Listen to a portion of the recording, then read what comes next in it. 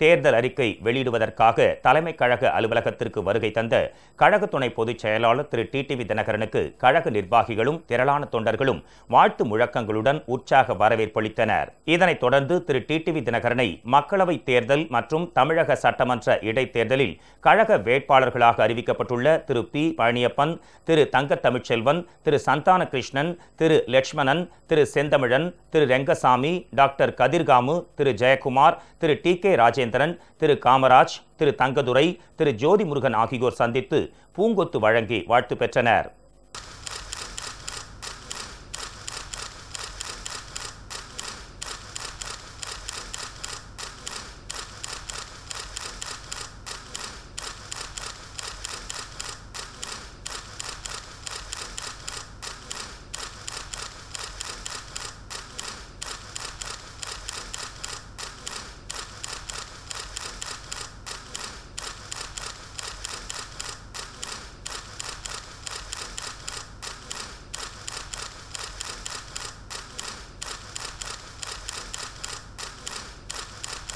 அதிமுக அம்மா பேரவை அலங்காநல்லூர் ஒன்றிய செயலாளர் திரு கே.ஜி. பாண்டியன் அக்கட்சியிலிருந்து விலகி திரு டிடிவி தினகரன் முன்னிலையில் கழகத்தில் தன்னை இணைத்துக் கொண்டார்.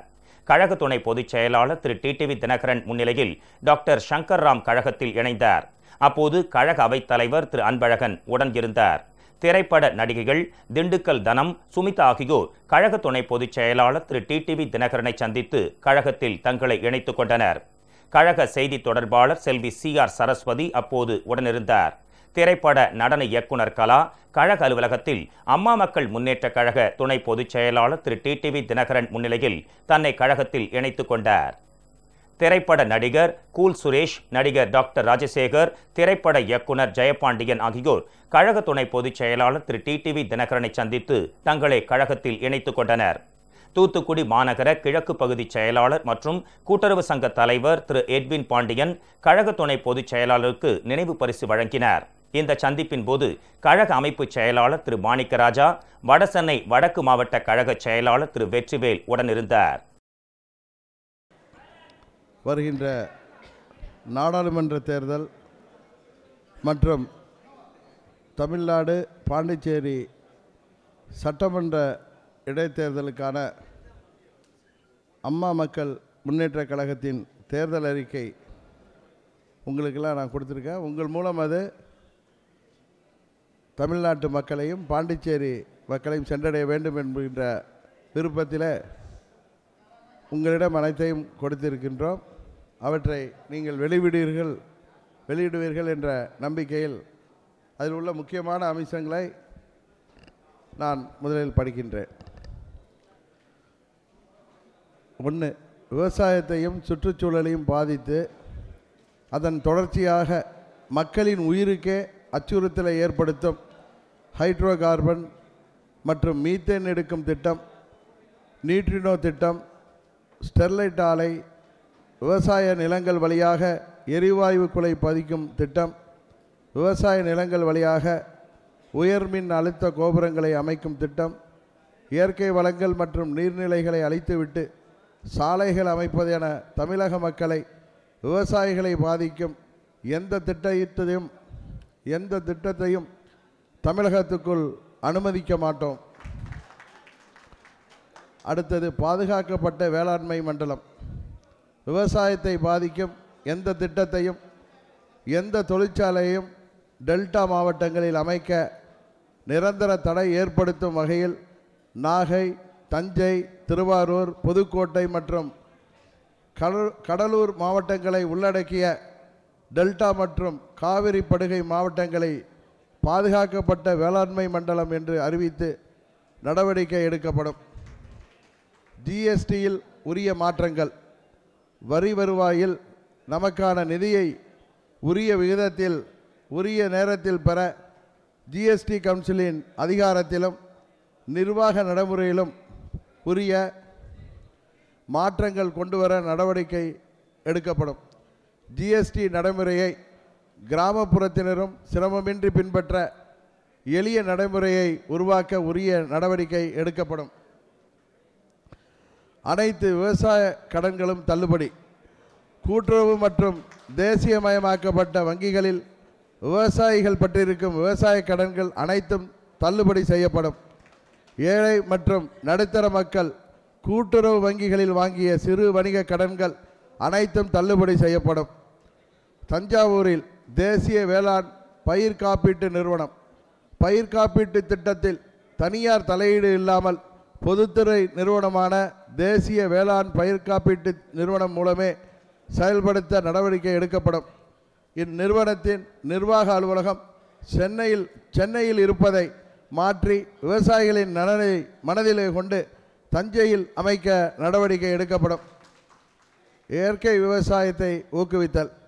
மரபணு மாற்றப்பட்ட பயிர்கள் எந்த வகையிலும் தமிழகத்துக்குள் நுழைவது தடுத்து நிறுத்தப்படும். நவீன தொழில்நுட்ப உதவியுடன் இயற்கை விவசாயம் சார்ந்த நம் மண்ணின் தன்மை பாதிக்காத அளவுக்கு விதைகளை உற்பத்தி செய்து தமிழக அரசே இலவசமாக அளிக்க நடவடிக்கை எடுக்கப்படும். நெல், கரும்பு போன்ற விவசாய விளைபொருட்களுக்கு நிரந்தர குறைந்தபட்ச ஆதார விலையை நிர்ணயித்தல். நெல் மற்றும் கரும்புக்கு குறைந்தபட்ச ஆதார விலையை நிர்ணயிக்க விவசாயிகள் அடங்கிய நிரந்தர குழு அமைக்கப்படும். சிறுதானிய உற்பத்தியை ஊக்கப்படுத்தும் வகையில் ஒவ்வொரு தானியத்திற்கும் குறைந்தபட்ச ஆதார விலை நிர்ணயிக்கப்படும். நீர்நிலைகள் மேலாண்மை. தென் மாநில நதிகளை, குறிப்பாக கோதாவரி, கிருஷ்ணா, காவிரி நதிகளை இணைக்க ஆக்கப்பூர்வமான நடவடிக்கைகள் மேற்கொள்ளப்படும். நீண்ட காலமாக கிடப்பில் இருந்து முழுமை பெறாமல் இருக்கும் தாமிரபரணி, கருமேனியாறு, நம்பியாறு இணைப்பு திட்டம், காவிரி, வைகை, குண்டாறு இணைப்பு திட்டங்களை விரைவாக செயல்படுத்தி முடிக்க நடவடிக்கை எடுக்கப்படும். மேற்கு மண்டல விவசாயிகளின் நீண்டகால கனவு திட்டமான பாண்டியாறு புன்னம்புலா திட்டத்தினை செயல்படுத்த உரிய நடவடிக்கை எடுக்கப்படும். ஆற்றுப்பாசனம் மற்றும் கிணற்றுப்பாசனத்திற்கு வழியில்லாத இடங்களில் விவசாயத்தை தொடரும் வகையில் இலவசமாக ஆழ்துளை கிணறுகள் அமைக்கப்படும். பேரிடர் நிவாரணங்களை நிரந்தரமாக மேற்கொள்ள பேரிடர் மறுவாழ்வு ஆணையம் என்ற பெயரில் ஒரு அமைப்பு நிரந்தரமாக ஏற்படுத்தப்படும். புயல் பாதிக்கும் மாவட்டங்களில் மின்கம்பங்கள் முற்றிலும் மாற்றப்பட்டு புதைவட மின்கடத்திகள் மூலம் மின் விநியோகம் செய்யப்படும். தமிழகத்திற்கென தனி செயற்கைக்கோள், இயற்கை சீற்றங்கள், நீர்வளம், மீன்வளம், விவசாயம் போன்றவை தொடர்பான தரவுகளை முழுமையாகவும் பிரத்யேகமாகவும் பெறும் வகையில் தமிழகத்துக்கென தனி செயற்கைக்கோள் ஒன்றை இஸ்ரோவுடன் இணைந்து ஏவ நடவடிக்கை எடுக்கப்படும். கல்வியை மாநில பட்டியலுக்கு மாற்ற நடவடிக்கை. கல்வியை மாநில பட்டியலுக்கு மாற்ற அம்மா மக்கள் முன்னேற்றக் கழகம் பாடுபடும் அதே வேளையில் அப்படி மாற்றுவதால் மத்திய அரசால் கிடைக்கக்கூடிய நிதி உதவிகள் தடைபடாமல் பார்த்து கொள்வதிலும் கவனம் செலுத்தப்படும். மாணவர்கள் நல ஆணையம். சென்னையை தலைமையிடமாக கொண்டு மாணவர்கள் நல ஆணையம் ஒன்று IAS அதிகாரியின் தலைமையில் அமைக்கப்படும். இதன் கிளை மையங்களாக அனைத்து மாவட்ட தலைநகரங்களிலும் ஒரு மையம் அமைக்கப்படும். மாணவர்களின் மேல் படிப்பு வேலைவாய்ப்பு தொடர்பான ஆலோசனைகளை இம்மையங்கள் வழங்கும். மாணவர்கள் கல்வி கடன் தள்ளுபடி. பொறியியல் போன்ற உயர்கல்வி படிப்புக்காக ஏழை மாணவர்கள் வாங்கிய கல்வி கடன் அனைத்தும் தள்ளுபடி செய்யப்படும். கல்லூரி மாணவர்களுக்கு இலவச கையடக்க கணினி டேப். தமிழ்நாட்டில் அனைத்து கலை, அறிவியல், பொறியியல், மருத்துவம் மற்றும் வேளாண் கல்லூரிகள், பாலிடெக்னிக் கல்லூரிகள் அனைத்திலும் இலவச வைஃபை வசதி ஏற்படுத்தி தரப்படும். மேற்கண்ட கல்லூரி மாணவர்கள் அனைவருக்கும் இலவச கையடக்க கணினி டேப் வழங்கப்படும். கிராமப்புற ஏழை பெண்கள் கல்லூரி கல்வியை தடங்கலின்றி தொடரும் வகையில் கல்லூரி கல்வி பயிலும் ஏழை மாணவிகளுக்கு இளநிலை பட்டப்படிப்பு முடிக்கும் வரை ஆண்டுக்கு ரூபாய் 10,000 2 தவணைகளில் வழங்கப்படும். கிராமப்புற ஏழை எளிய மாணவர்களும் மருத்துவராகும் கனவை நனவாக்கும் வகையில் நீட் தேர்வை ரத்து செய்து மீண்டும் +2 மதிப்பெண் அடிப்படையிலேயே மருத்துவக் கல்லூரி சேர்க்கையை நடத்த நடவடிக்கை எடுக்கப்படும். தற்போதுள்ள ஆசிரியர் தகுதி தேர்வு முறையில் மாற்றம் அல்லது ரத்து செய்வது குறித்து ஆராய வல்லுநர்கள் குழு ஒன்று அமைக்கப்படும். தனியார் நிறுவனங்களில், தனியார் கல்லூரிகளிலும் பணியில் சேரும் பொறியியல் பட்டதாரிகளுக்கு குறைந்தபட்ச ஊதியத்தை நிர்ணயிக்கும் வகையில் ஒரு கொள்கை முடிவு எடுக்கப்படும். தமிழகத்தை 6 மண்டலங்களாக பிரித்து ஒவ்வொரு மண்டலத்திலும் அர்த்தமுள்ள வேலைவாய்ப்புடன் கூடிய தகவல் தொழில்நுட்ப பூங்காக்கள் அமைக்கப்படும். ஏழை மற்றும் நடுத்தர குடும்பங்களுக்கு மாதத்திற்கு ஒரு சமையல் எரிவாயு சிலிண்டருக்கு 100 ரூபாய் மானிய தொகையாக தமிழக அரசே வழங்க ஏற்பாடு செய்யப்படும். கேபிள் டிவி கட்டணம் ஏழைகளை பாதிக்காத அளவிற்கு ஒரு நிரந்தர கொள்கை வகுக்கப்படும். அதன்படி குறைந்தபட்சம் 100 சேனல்களையாவது ஏழை மக்கள் இலவசமாக பார்ப்பது உறுதி செய்யப்படும். கிராமப்புற மகளிர் மற்றும் இளைஞர்களுக்கு சிறு வணிக கடனாக குறைந்தது 50,000 முதல் அதிகபட்சம் 2 லட்சம் வரை கடனுதவி வழங்க ஏற்பாடு செய்யப்படும். தற்போது வழங்கப்படும் முதியோர் உதவித்தொகையான 1000 ரூபாய் இனி 2000 ரூபாயாக உயர்த்தி வழங்கப்படும்.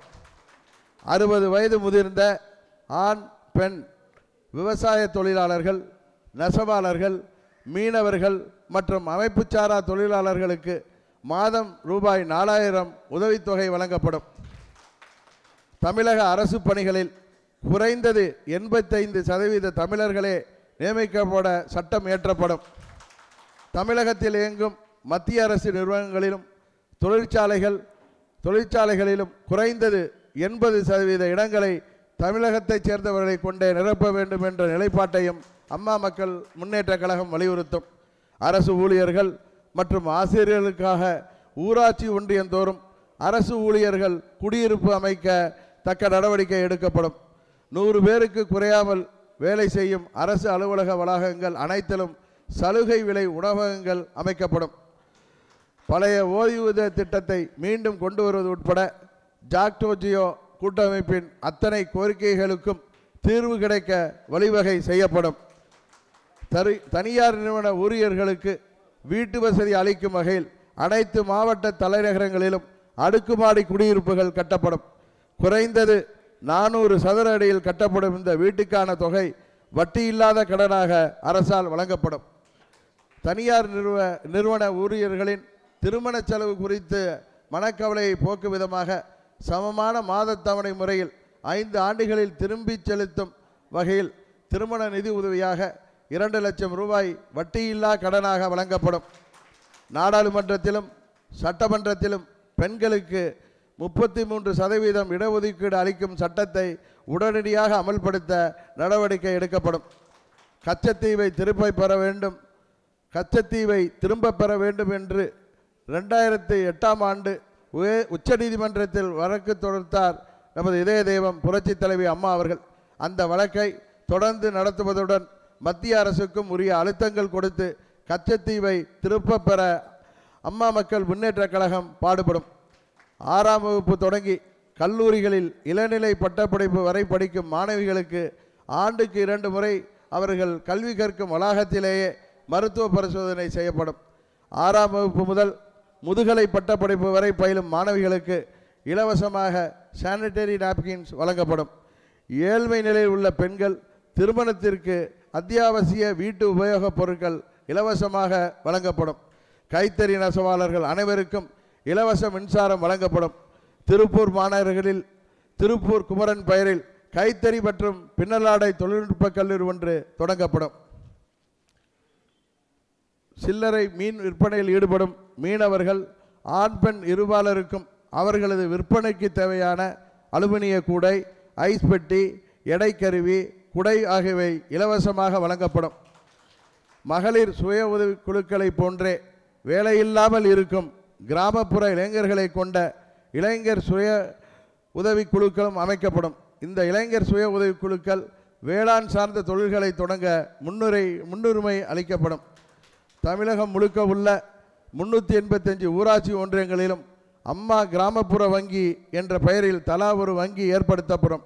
அந்தந்த ஒன்றிய பகுதிக்குட்பட்ட மகளிர் மற்றும் இளைஞர் சுய உதவி குழுக்களுக்கான தொழில் தொடங்க ஆலோசனை, நிதி உதவி, கடன் வசூலிப்பு போன்ற விஷயங்களை இந்த வங்கி கவனிக்கும். மாநில மற்றும் தேசிய நெடுஞ்சாலைகளில் மோட்டல்கள் என்றழைக்கப்படும் உணவகங்கள் அம்மா மோட்டல் என்ற பெயரில் அமைக்கப்படும். அந்தந்த பகுதியைச் சேர்ந்த மகளிர் மற்றும் இளைஞர் சுய உதவி குழுக்கள் பொறுப்பேற்று அந்த மோட்டல்களை நிர்வகிக்கும். பணிச்சுமையின் காரணமாக காவலர்கள் தற்கொலை செய்து கொள்வது தொடர்கதையாகி வருகிறது. இதற்கு நிரந்தர தீர்வாக மாவட்டந்தோறும் உளவியல் நிபுணர்களை கொண்ட குழு ஒன்றை அமைத்து மன அழுத்தத்தால் பாதிக்கப்படும் காவலர்களுக்கு உரிய மனநல ஆலோசனைகள் வழங்கப்படும்.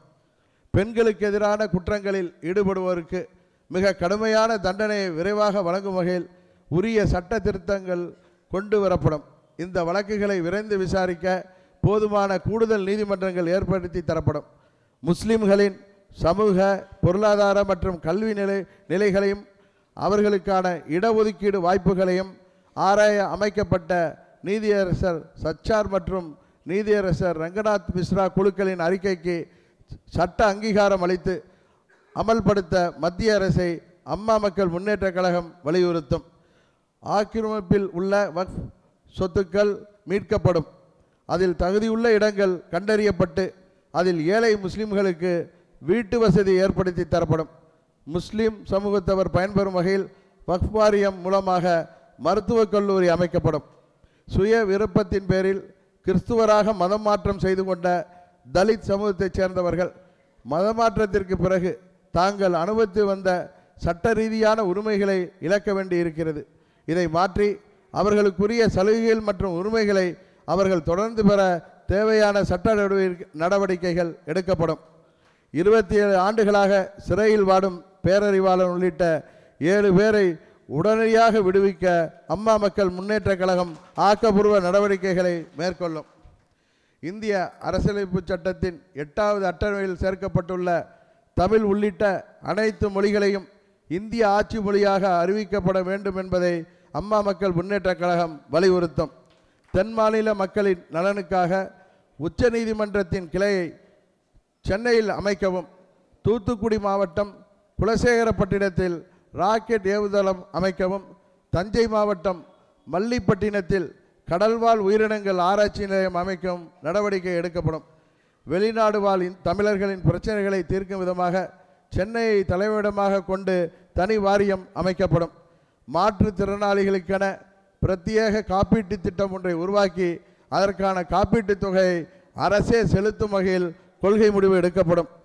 பணமதிப்பிழப்பு மற்றும் ஜிஎஸ்டி அமலாக்கத்தால் தமிழகத்தில் மூடப்பட்ட சிறு குறு தொழிற்சாலைகளை மீண்டும் திறந்து அதன் மூலம் லட்சக்கணக்கான இளைஞர்களுக்கு மீண்டும் வேலைவாய்ப்பை ஏற்படுத்துவதுதான் அம்மா மக்கள் முன்னேற்றக் கழகத்தின் பிரதான தொழில் கொள்கையாக இருக்கும்.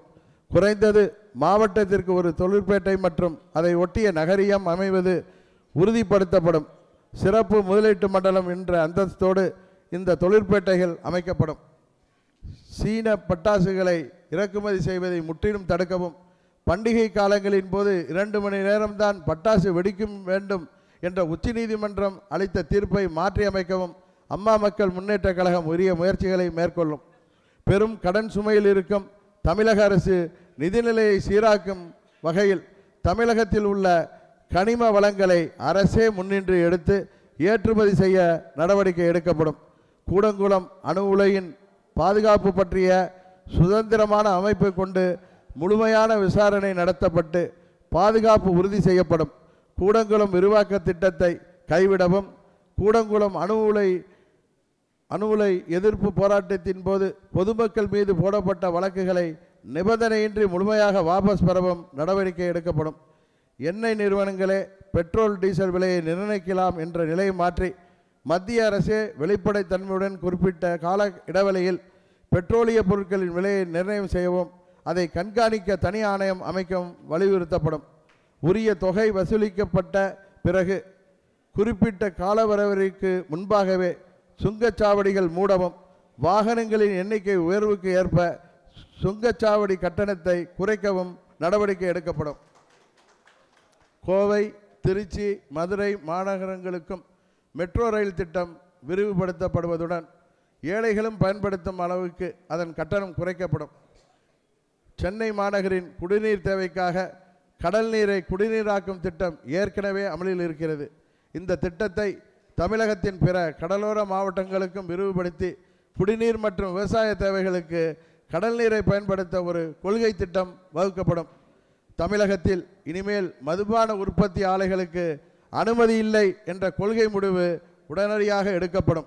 அத்துடன் ஏற்கனவே உள்ள மதுபான ஆலைகளை படிப்படியாக மூடவும் நடவடிக்கை எடுக்கப்படும். குடியின் கொடுமையில் இருந்து மீளும் நபர்களுக்கு உரிய உடல் மற்றும் மன ரீதியான சிகிச்சைகளை இலவசமாக மேற்கொள்ள மாவட்டம் தோறும் குடி மறுவாழ்வு மையங்கள் அமைக்கப்படும்.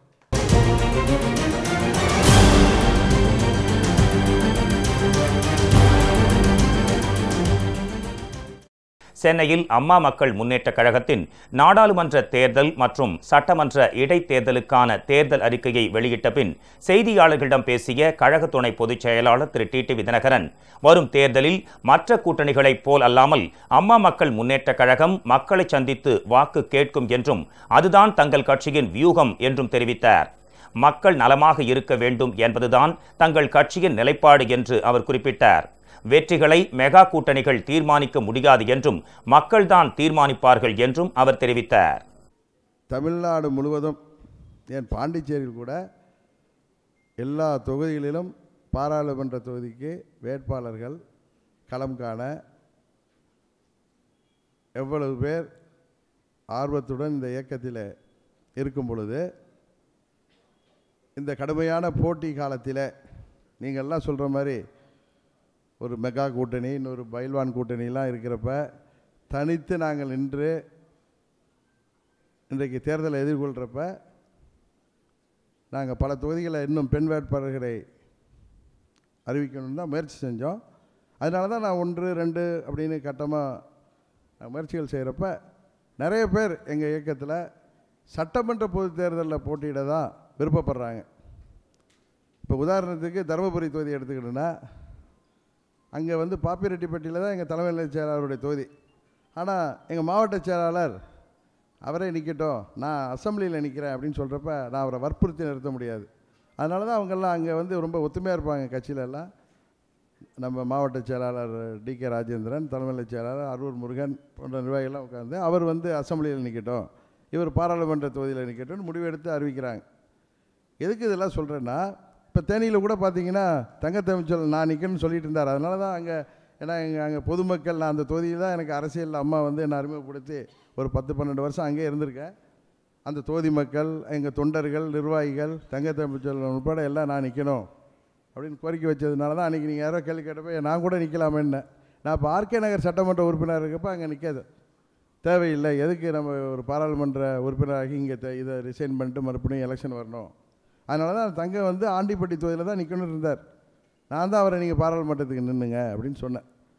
இன்னும் சொல்லப்போனால் நிறைய பேர் நமது சகோதரர்கள் இஸ்லாமிய பெருமக்கள் எங்கள் கட்சியில் ஒரு கேண்டிடேட்டை போடுங்கன்னு சொன்னாங்க. ஏன்னா கூட்டணியான SDPI கொடுத்தது மாத்திரம் இல்லாமல் நாங்கள் பொருளாளர் திரு ரெங்கசாமி அவர்கள் மாயவரத்தில் எங்கள் கட்சியுடைய இந்த நாகை வடக்கு மாவட்ட பொருளாளர் நல்ல கேண்டிடேட் இருக்கார். அவர் பேர் என்னங்க, ஃபைசின்னு. அவரை நாங்கள் ரிக்வெஸ்ட் பண்ணோம். அவர் ஆர்வம் இருக்குது, பட் அவர் சட்டமன்ற உறுப்பினருக்கு தான் நான் இப்போ எங்கள் மாவட்ட செயலாளர் செந்தமிழனே இருக்கட்டும் அவருக்கு நாங்கள் ஆதரவு அளிக்கிறேன்னு சொல்கிறப்ப கம்பல் பண்ணி போட முடியாது. அதே மாதிரி தேனியில் எங்கள் மாவட்ட பேரவை செயலாளர் ரஃபீக் அவரை கேண்டிடேட்டாக அறிவிக்குன்னு சொல்லி நான் அழைச்சிட்டே வர சொல்லிட்டேன். ஏன்னா நான் சொன்னால் தட்ட மாட்டாங்கன்னு. அவர் வந்து விருப்பத்தோடு வரணும். அவர் வந்து நான் சட்டமன்ற உறுப்பினருக்கு நிற்கிறேன்னா தேர்தலுக்கு, எனக்கு பாராளுமன்றம் வேணாம். நிறைய பேர் வந்து பாராளுமன்ற தேர்தலை விட சட்டமன்ற பொது தேர்தலில் இருக்க விருப்பப்படுறாங்க. அதனால் நாங்கள் வந்து கம்பல் பண்ணி ஒரு வேட்பாளரை நிறுத்த முடியாது. அதனால தான் தங்கமே நிற்கிறேன்ட்டாராங்க.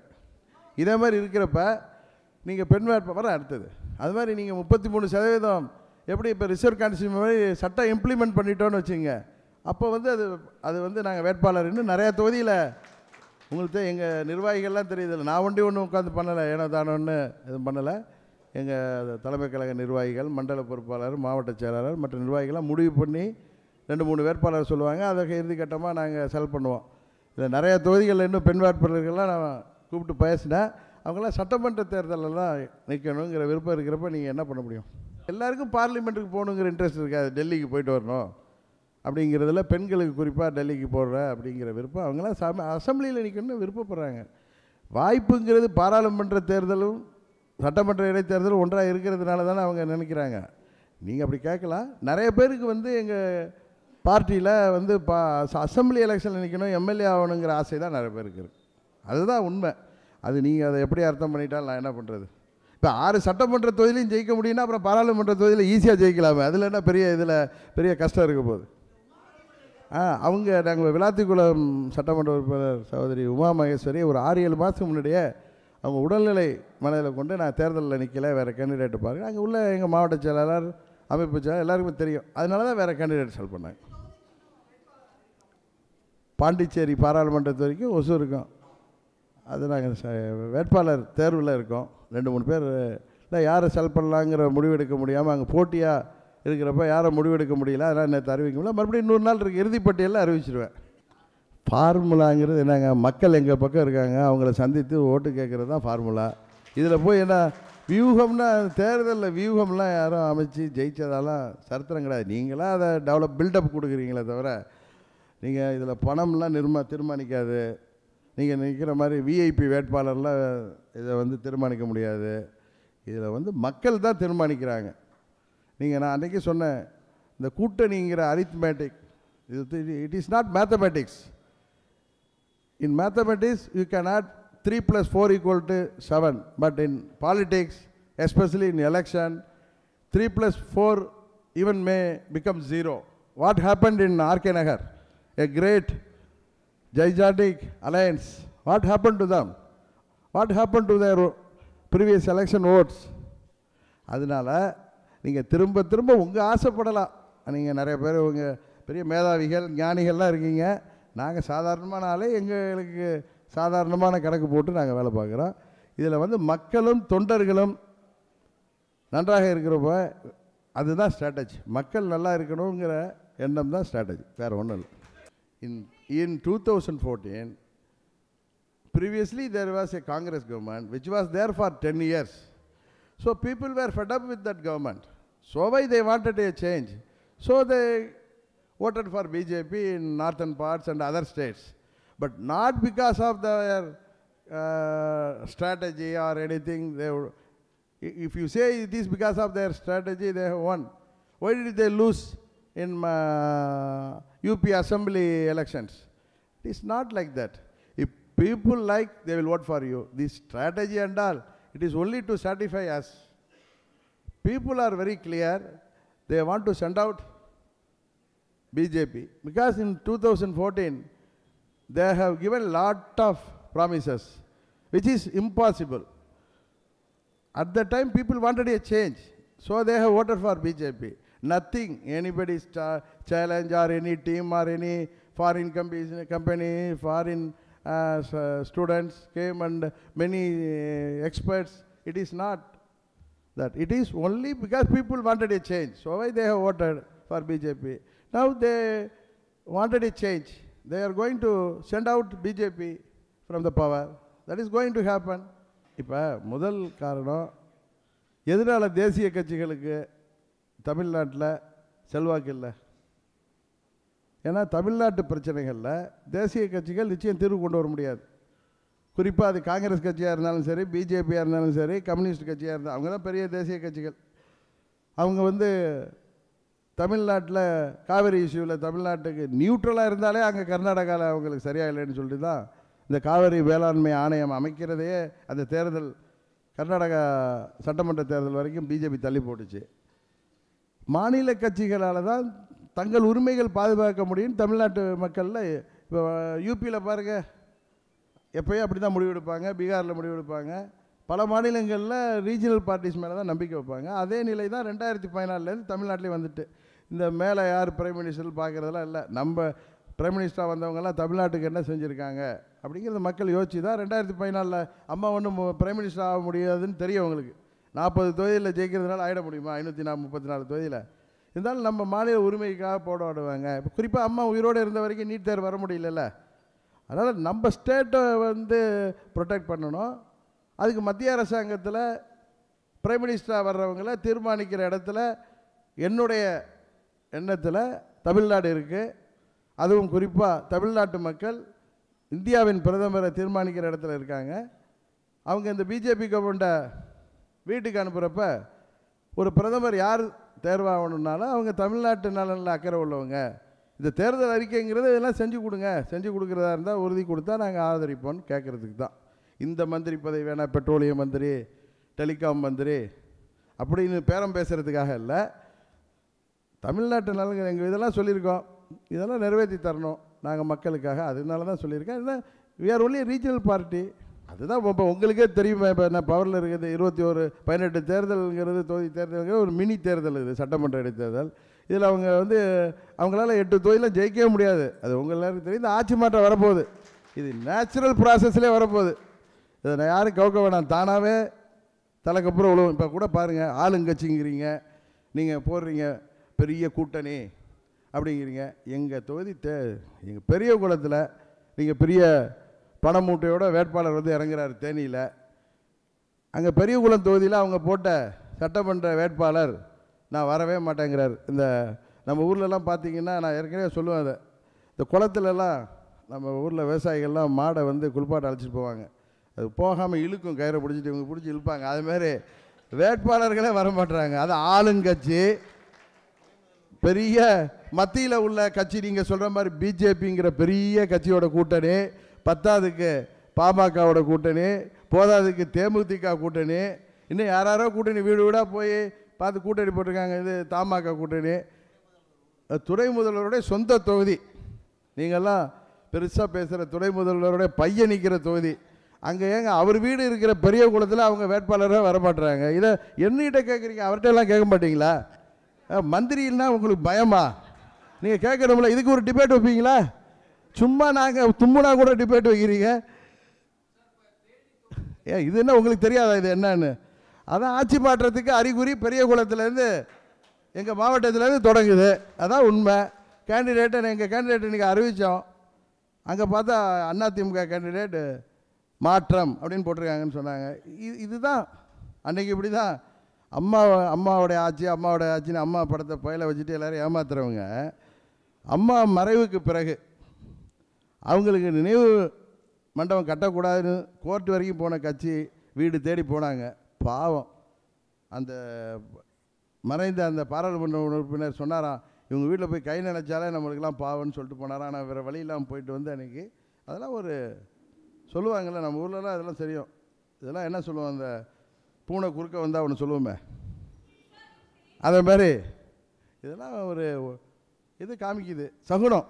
இப்போ பாருங்க, பெரிய குளத்தில் இன்றைக்கி கேண்டிடேட்டாக வரமாட்டேங்கிறாரு. அது பெரிய கேண்டிடேட் நிற்கிறாங்க டெய்லி டிவியில். அந்த பையன் யாருன்னு உங்களுக்கு தெரியாது.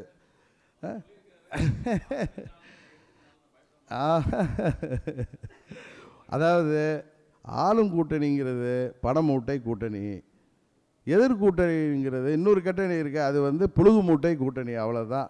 ஏதாவது போய் சொல்லி உங்களெல்லாம் கையில் வச்சுக்கிட்டு பெருசாக பில்டப் கொடுத்து வரலான்னு பார்க்குறாங்க. இந்த சிக் கம்பெனி வந்து ஆர்டிஃபிஷியலாக அவங்க ஷேர் எல்லாம் ஹைக்கானதாக காமிப்பாங்கள்ல, அது மாதிரி காமிக்கிறாங்க. அதுக்கு நீங்களும் தெரிஞ்சோ தெரியாமலோ ஆசைப்பட்டோ ஆசைப்படாமலோ உடன்பாடு போகிறீங்க.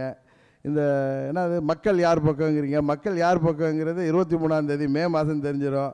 அங்கே போடுறீங்களே, பெரியகுளம் சட்டமன்ற தொகுதி வேட்பாளரே நிற்க ரெடியாக இல்லை. நீங்கள் என்னத்தை போய் சர்வே எடுத்துக்கங்க. உங்களுடைய வேட்பாளரே அங்கே நிற்காமல் பின்னாடி ஓடுறாரு. இப்போ எங்கள் வேட்பாளர் நிற்க மாட்டோம்னா நாங்கள் ஏழை கட்சி, நீங்கள் சொல்கிற மாதிரி சுயேட்சை சும்மா பிஸ்கோத்து கட்சி. எங்கள் ஆளுங்கள் வந்து ஆளுங்கட்சி விலை கொடுத்து வாங்குறதுக்கு பையோடு அலையிறாங்க. எங்கள் ஆளுங்க நிற்கலைன்னா ரைட்டு. இப்போ கூட பாருங்கள், பல பேர் போய் சில இடத்துக்கு போகிறாங்க, கேட்டால் பல காரணம் சொல்லிவிட்டு அதுக்கெல்லாம் என்ன பின்னணின்னு உங்களுக்கு தெரியும். யதார்த்தத்தை நீங்கள் புரிஞ்சுக்கிட்டு அதை நீங்கள் வெளியிட்டீங்கன்னா உங்களுக்கு நல்லது. தமிழ்நாட்டு மக்கள் எல்லாத்தையும் பார்த்துக்கிட்டே இருக்காங்க. மே 23 என்ன நான் சொல்கிறேன்னா, இந்த நீங்கள் போடுற நீங்கள் தூக்கி பிடிக்கிற கட்சிகளும் உழுவ போகுது, உங்களுடைய நம்பகத்தன்மையை அடிபட போகுதுங்கிறதுல நான் ரொம்ப ஸ்ட்ராங்காக சொல்கிறேன். அது நடக்குதா இல்லையாங்கிறத நீங்கள் மே 24ஆம் தேதி உங்களை சந்திக்கிறப்ப நான் பேசுகிறேன். ஸ்ட்ராட்டஜி எங்கள் கேண்டிடேட்டில் நான் சாதாரண பார்த்தீங்களா, அதில் இருக்கிற 77 எம்எல்ஏ இருக்கார். எல்லாம் இதில் வந்து கவுன்சிலராக இருந்தவர் இருக்கார், ஊராட்சி குழு உறுப்பினராக இருந்தவர் இருக்கார், தலைவராக இருந்தவர். எல்லாம் அரசியல் தெரியாதா? சுயேட்சை நிற்க கூட தயாராக இருக்கிறவங்க தான் அங்கே நிற்கிறாங்க. இதில் என்ன குக்கர் சின்ன வரலன்னா என்ன சுயேட்சை நிற்போன்னு நினைக்க, இதில் என்ன பெரிய, இதில் ஒன்றுமே கிடையாது. நாங்கள் தேர்தல் அடிக்கிறத யாராலையும் தடுக்க முடியாது. அதான் உதாரணத்துக்கு நான் சொன்னேன், இப்போ தேனி பார்லிமெண்ட் இருக்குன்னா அங்கே தங்கத்தமிழ்ச்செல்வன் தேனி பாராளுமன்ற உறுப்பினராக நிற்கிறாரு. எங்களுக்கு உச்சநீதிமன்றம் எங்களுக்கு குக்கரை வழங்கும், ஏற்கனவே நாங்கள் வெற்றி பெற்ற சின்னம், அதனால் கொடுக்கணும்னு நம்பிக்கை இருக்குது. கொடுக்கலன்னு வச்சுங்க, தேனியில் அவர் ஒரு சின்னத்தில் நிற்கலாம், பெரிய குளத்தில் கதிர்காம டாக்டர் நிற்கிற தொகுதியில் ஒரு சின்னத்தில் நிற்கலாம், ஒரு சின்னம் இருக்கும். அந்தாண்ட ஆண்டிப்பட்டியில் அம்மா தொகுதியில் ஒரு சின்னம் ஜெயக்குமார் நிற்பார். அதனால் என்ன மக்களுக்கு தெரியாதா இங்கே ஆண்டிப்பட்டி தொகுதி வேட்பாளருக்கு என்ன ஓட்டு? முன்ன பாராளுமன்றத்துக்கு ஒரு ஓட்டும் கீழே சட்டமன்றத்துக்கு ஓட்டு போட்டு பழகின அதே மக்கள் தானே. இதில் என்ன ஒன்றும் பெரிய இதில் ஒன்றும் கிடையாது. இப்போ பார்லிமெண்ட் எலெக்ஷன் வருது, சட்டமன்ற இடைத்தேர்தல். இப்போ நீங்கள் அலையன்ஸ் அந்த கட்சியில் நிற்கிது இல்லை, அவங்களுக்கு மேலே ஒரு சின்னம் கீழே ஒரு சின்னம் இருக்குல்ல, அதை ஓட்டு போடலையா? இப்போ ஆர்கே நகரில் தேடி பிடிச்சி 33ஆவது இடத்துல இருந்த என்ன அந்த பட்டனை அமுக்கலே அவங்க. அதனால் நீங்கள் சொல்கிற மாதிரி அந்த சின்னம் யார்கிட்ட சின்னம் இருக்கோ அப்போ தான் அதுக்கு மரியாதை. அதுதான் இப்போ ஏற்கனவே உணரப்பட்டது, உணர்த்தப்பட்டது. இதை இன்னும் உணராதவங்க, அதாவது தூங்குறவங்கள எழுப்பலாம், தூங்குற மாதிரி நடிக்கிறவங்களை நம்ம எப்படி எழுப்ப முடியும்? இவங்க அத்தனை பேரும் அரசியல் அனுபவம் உள்ளவர்கள், எல்லாருக்கும் நடைமுறை தெரியும். இப்போ அதிமுக அலையன்ஸில் இருந்தால் ஒரு கட்சிக்கு இழந்த சின்னங்கள் கொடுக்கப்படுதுன்னு தெரியும் அவங்களுக்கு. இது பொதுமக்களே பேசுகிறாங்களே. இப்போ இந்த மாதிரி தள்ளி தள்ளி போட தானே எங்களுக்கு மக்களுடைய ஆதரவே அதிகமாக இருக்குது. அதாவது எல்லா கட்சிகளும் இவங்க தான் சொல்கிறாங்களே, ஒரு கூட்டி மதசார்பற்ற கூட்டணி அப்படிங்கிறாங்களே, அந்த கூட்டணி பிஜேபி எதுக்குது. ஆனால் பிஜேபி மோடி யாரை எதுக்குறாரு, டிடி தினகரனை எதுக்குறாருன்னு ஊருக்கே தெரியுது. இதில் நான் டெய்லி சொல்லிகிட்டு இருக்கணுமா என்ன? உங்கள் எல்லாருக்கும் தெரியும். இந்த திமுக கூட்டணி காங்கிரஸ் எல்லாம் சேர்ந்து பிஜேபி எதுக்குது. ஆனால் மோடி யாரை எதுக்குறாரு, எங்களை தான் எதுக்குறாரு. இது ஊருக்கே தெரியுமே.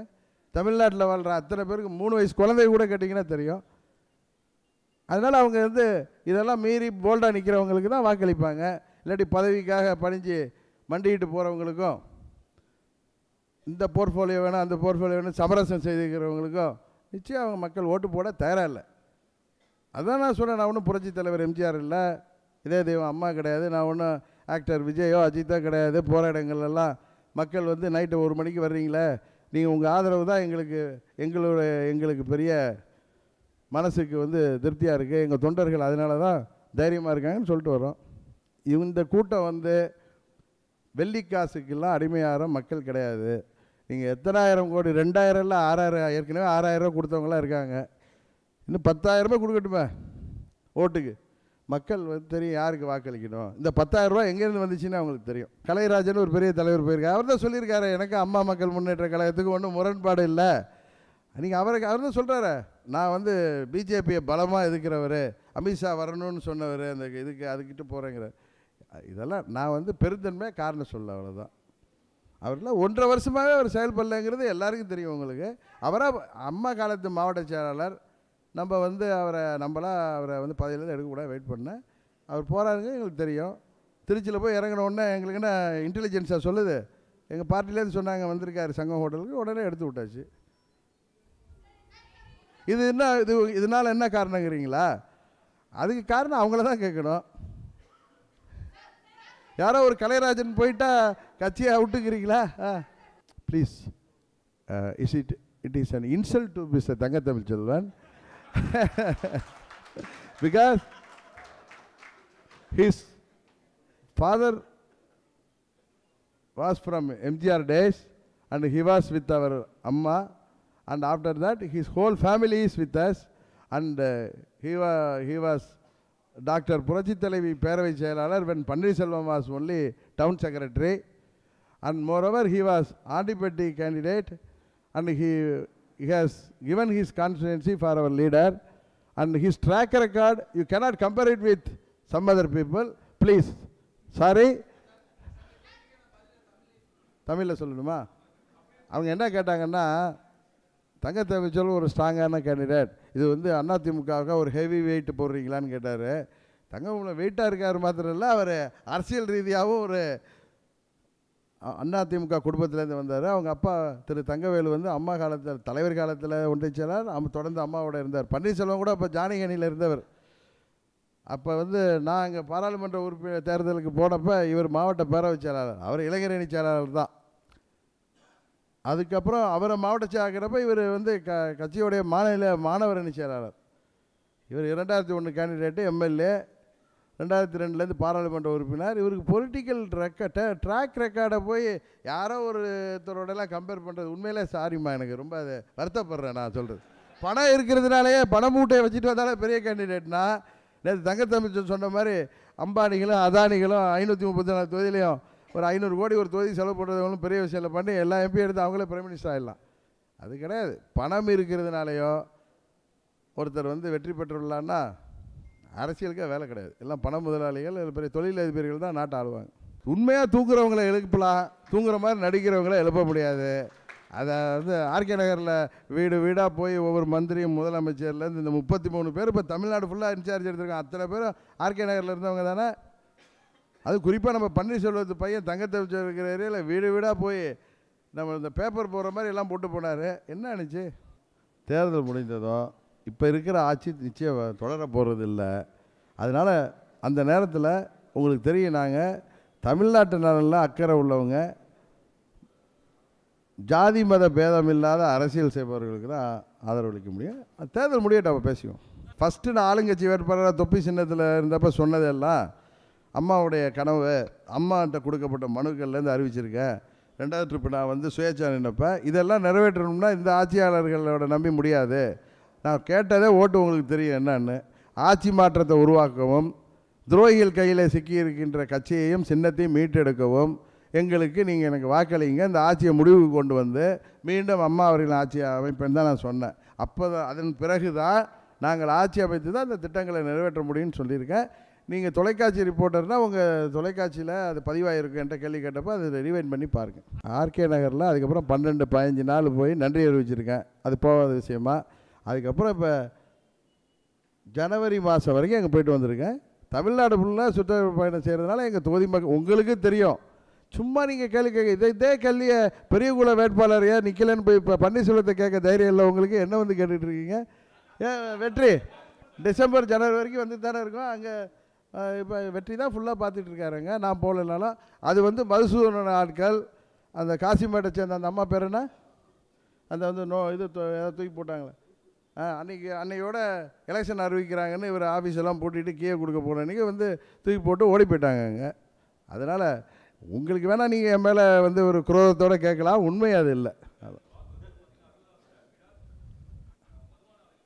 மிடாஸ் மூடப்படுமான்னு கேட்குறீங்க. மிடாஸுக்கு எனக்கு சம்மந்தம் இல்லை, நீங்கள் அந்த ஓனரை தான் கேட்கணும். கொள்கை முடிவில் எல்லா ஆலையும் அடித்தாச்சு. நீங்கள் மிடாஸில் வந்து நான் பார்ட்னரில் என்ன கேட்கலாம். யாரோ எங்கள் குடும்பத்தை சேர்ந்தவங்க நடத்துறதெல்லாம் நான் போய் நிறுத்த முடியுமா சார்? இதெல்லாம் ஒரு பெரிய கேள்வியாக கேட்குறேன். ஆமாங்க, கிளியராக இருந்த பிறகு நான் திருப்பி படித்து காமிக்கிறேன் உங்களுக்கு. கிளியராக சொல்லியிருக்கிறேன். தமிழகத்தில் இனிமேல் மதுபான உற்பத்தி ஆலைகளுக்கு அனுமதி இல்லை, தமிழில் தான் படிக்கிறேன் என்ற கொள்கை முடிவு உடனடியாக இருக்கப்படும். அத்துடன் ஏற்கனவே உள்ள மதுபான ஆலைகளை படிப்படியாக மூடவும் நடவடிக்கை எடுக்கப்படும். இதானே? இது புரியலையா உங்களுக்கு? அப்புறம் என்ன சொல்கிறீங்க நீங்கள்? இதை மிடாஸை உதாரணத்துக்கு மூடுவீங்களான்னு கேட்குறீங்க. அதானே பிரதர்? நான் அதில் டைரக்டராக இருந்தால் மூடிடுவேன். நான் இல்லாத உள்ள எப்படி மூட முடியும்? நம்பிக்கை இருக்குது. நாங்கள் தான் பிரதமரை தீர்மானிக்க போகிறோம், அதனால் இதெல்லாம் செய்யப்படும்னு சொல்கிறேன். மோடி தான் அவங்க டாடிங்கிறாங்களே, நீங்கள் அவங்கள போய் பேசிகிட்டு இருக்க. முதலமைச்சரை பற்றிலாம் பேசி என்னோட நேரத்தை வீணாக்காதீங்க. 27 ராயபுரத்துலேருந்து தொடங்குறேன். வேறு எதுவும் கேள்வி இருக்கா பிரதர்? எதுவும் மூடணுமா சொல்லுங்கள். அதாவது நீங்கள் வந்து ஏதோ துடுக்கா கேள்வி கேட்குறேன்னு சொல்லி உங்களுடைய நீங்கள் யாருங்கிறத வெளிப்படுத்திகிட்டு இருக்கீங்க, அவ்வளோதான். தேர்தல் முடியட்டும், யாருக்கு வாய்ப்பு வருதுன்னு பார்ப்போம். முடியாமல் நான் ஜோசியரா? மக்கள் மனநிலையை தெரிஞ்சு சொல்கிறேன். நாங்கள் கை நீட்டுறவ தான் பிரைம் மினிஸ்டர் வருவான்னு. காங்கிரஸுக்கு ஆதரவு கொடுப்பீங்களா? காங்கிரஸுக்கு தான் ஆதரவு கொடுக்கணுன்னு தேவையில்லையே, வேறு யாராவது பிரைம் மினிஸ்டர் கூட வரலாம்ல. பார்த்துக்குவோம் அந்த நேரத்தில். நீங்கள் யாருக்கு ஆதரவு கொடுக்கணும்னு ஆசைப்படுறீங்களா சொல்லுங்கள். ஆமாம், செக்குலர் பார்ட்டிஸ் தான் நான் சொன்னேன். அது செக்குலர். காங்கிரஸ் ஒன்றி தான் செக்குலராக இருக்கா? வேறு மம்தா பானர்ஜி செக்குலர் இல்லையா? மாயாவதி செக்குலர் இல்லையா? கலைராஜனை கட்சி விட்டு எடுத்ததும் இவருக்கு மாவட்ட செயலர் பதவி வேணுமா? ஏற்கனவே இவரை நாங்கள் பதவியிலே இல்லாமல் வச்சுருக்கோம். காரணம் உங்களுக்கு தெரியும், சில டேப்லாம் வந்துச்சு. அதுக்காக ஒரு காரணம். தென் சென்னையில் நீங்கள் வந்து அவருக்கு கொடுக்கல. நாங்கள் நம்ம செந்தமிழன் ஆரணியில் அவர் மண்டலபுரம் அவர் ஏற்கனவே அங்கே கேண்டிடேட்டாக ஃபிக்ஸ் பண்ணி வச்சுருந்தோம். அதனால் அவரை அங்கே அறிவிக்கிறோம், அவ்வளோதான். அதாவது தமிழ்நாட்டில் வந்து ஆளுகிற கட்சிக்கு பயங்கர ஆதரவு இருக்குது. அது மாதிரி மத்திய ஆட்சிக்கு ரொம்ப ஆதரவு இருக்குது. அதானே? அப்படி இருந்துச்சு. அப்படி நீங்கள் வேணால் ஓட்டு போடுவீங்க, மக்கள் ஓட்டு போட மாட்டாங்க. நீங்களும் உங்கள் நிறுவனங்கள் வேணால் அதை ஆசைப்படுறீங்க, ஆனால் அது வராது. அது மக்கள் அவங்களுக்கு ஆதரவாக இல்லை. அதான் கூட்டணின்னு அவங்க கட்சிகள் வச்சுட்டா போதுமா? மக்கள் 2 கட்சி மேலேயும் ஆளுங்கட்சி மேலே எவ்வளோ எதிர்பார்க்காங்க. ஆண்ட கட்சிகள் அவர்களுடைய செயல்பாடுகள் எப்படி இருந்துச்சு அப்படிங்கிறது அவங்களுக்கு தெரியும். இப்போ உதாரணத்துக்கு சொல்கிறேன், மீத்தேன் திட்டத்தை தமிழ்நாட்டுக்கு வர்றதுக்கு காங்கிரஸ் கட்சி தான் காரணம். அதில் கையெழுத்து போட்டதே உங்கள் கூட்டணியோட தலைவர் தான், திரு ஸ்டாலின் தான். அப்புறம் எப்படி ஓட்டு போடுவாங்க? அதே மாதிரி எல்லாத்துலேயும் அவங்க தானே காரணமாக இருக்காங்க. அதனால தான் சொல்கிறேன். இல்லை, நான் யாரோடையும் முயற்சி பண்ணலையே. என்னோட பேசுகிற கட்சிகள் ஒரு கட்சிகள் தான். அதில் ஒரு கட்சி நிறைய சீட்டு கேட்டாங்க, அதனால் அவங்க வரல, அவ்வளோதான். சரி, இவ்வளோ நேரம் ஒளிபரப்புவீங்களா? நீங்கள் கேட்குறது பார்க்குறேன் எவ்வளவு வருதுன்னு. ரொம்ப ரேஷன் வச்சுருக்கீங்களா எனக்கு? அதுக்காக பார்த்தேன். என்ன கேட்டாங்க, உங்கள் கட்சியிலேருந்து தலைவர்கள் போனதா? மார்க்கெண்டையன் ஆளுங்கட்சியிலேருந்து வெளில வந்திருக்காரு. அதெல்லாம் நீங்கள் வந்து நீங்கள் கேட்க மாட்டீங்க. ஏங்க இதெல்லாம் இப்போ இல்லைங்க, தலைவர் காலத்துலேருந்து நடக்குது. தலைவர் கட்சி தொடங்கி கொஞ்ச நாள்லேயே கோவை செழியன் மற்றவங்க தலைவரில் போனாங்க. அப்புறம் குலசெல்லையா போனார். ஆட்சி அமைச்சு பாராளுமன்றத்தில் 2 தொகுதி தான் ஜெயிச்சப்போ மத்திய அமைச்சராக இருந்த சத்யவாணி முத்து பாலாபலூர்லாம் போனாங்க. அப்போ வந்து திரு நாஞ்சில் மோகன் போனார், மொடக்குறிச்சி சுப்லட்சி அம்மா போணுச்சு. அதுக்கப்புறம் அம்மா கட்சி ஆரம்பித்தப்போ 3வது மாதத்தில் 4 வரணி போணுச்சு. அதுக்கப்புறம் 4 எம்எல்ஏகளை அழைச்சிக்கிட்டு திருநாவுக்கரசு போனார். அதே மாதிரி 96ல் நீளலாம். அதனால் என்ன இருக்குது, அவங்க போகிறதுனால சுத்தமாகும். இன்னும் எத்தனை பேர் அந்த பதவிக்காக காத்திருந்தா போகலாம்ல.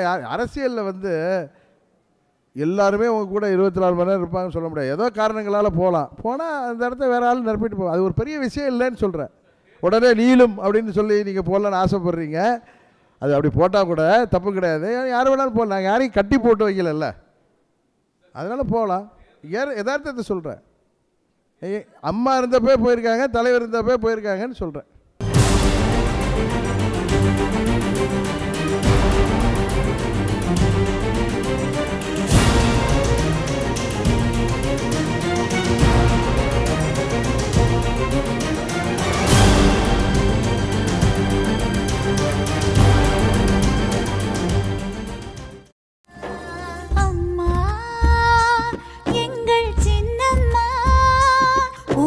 தியாகத்திற்கிணையாய் உலகில் வேறு யாரம்மா?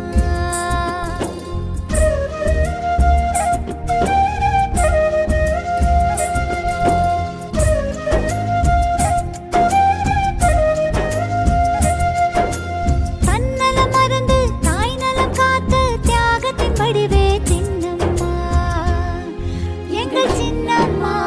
இன்னலை தாங்கி பழிகளை சுமந்த